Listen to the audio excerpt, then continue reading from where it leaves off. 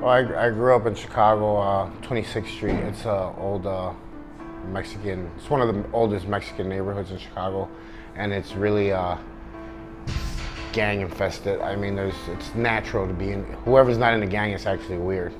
I started being around gangbangers around 9, and I got into a gang at 11. It started with drinking, smoking weed.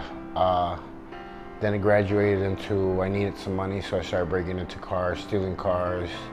Then at the age of 17, I actually started working with the cartel in Mexico.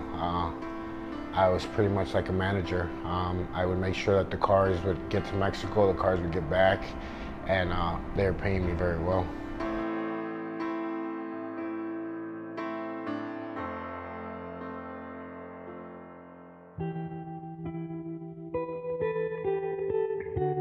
As a kid, very dysfunctional family. My parents got married at 14, and they were kids, having kids, and they didn't know better. My dad was an alcoholic, drug addict, and I guess was very abusive with my mom, and my mom wasn't well either, mentally. And her brother, an uncle of ours, that ended up molesting me and my sisters, and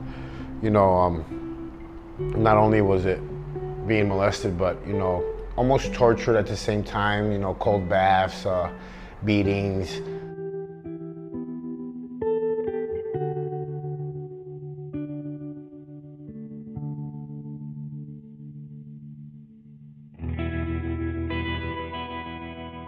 I enjoyed being in there, as weird as that sounds. I actually liked the structure, so it almost grew on me. I felt comfortable there. I had a lot of pain. I had a lot of issues with myself that I still hadn't addressed. So it was home for me, pretty much in there. When you're in prison, they say that they get you ready to come home, but they don't get you ready. They just teach you a job, a trade, and then they throw you out. I mean, you see so much violence in there that you come home and you think that it's natural, and then what ends up happening is that you commit a crime because you spend your whole time in there being a criminal. You don't know how to function in society. You come home and you think that everything is solved with violence. You think that everything is solved with sneaking around, and it's just a very different lifestyle. And this last time that I went in, I met a Dr. Kyle that worked with me in Longpark Federal Prison, and actually he has a class where he gets all the guys in there, and it's a program to better yourself. And he taught me to actually think before I speak, pause. He showed us that there's nothing wrong with us. We just have learned to think different. So I respect that guy a lot. I used to think that I was broken. And then he taught me that he cared about us. He wanted to see us do better. And in my world, there's not too many people that care about us.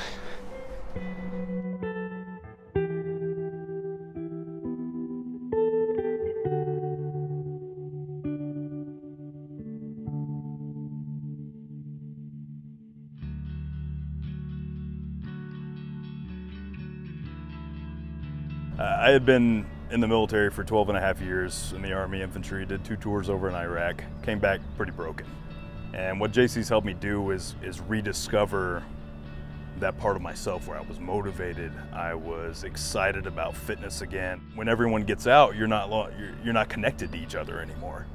And so having that community and basing it around fitness, what better way to bring people together than lead a healthy lifestyle and be in recovery from alcohol or drugs or whatever ails you, even recovery from, like myself, brain injuries and post-traumatic stress disorder.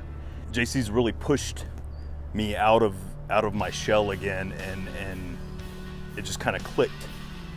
And it clicked in here, and I was able to, like I said, really rediscover fitness again, rediscover what it meant to be healthy again.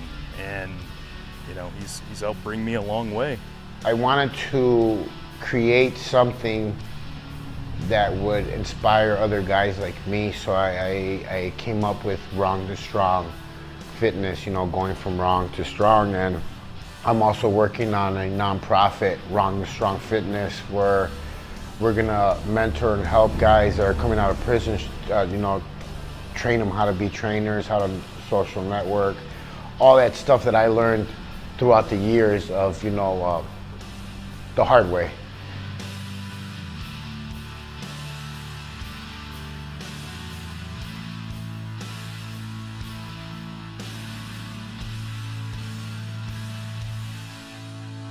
You know, it's never too late to change. It's never too late to make a better decision, and it's never too late to ask for help. And that's the biggest thing, is that it's so easy to do what's wrong, but it's very, very hard to be strong sometimes. And my biggest message is just, it's never too late. We could create a change.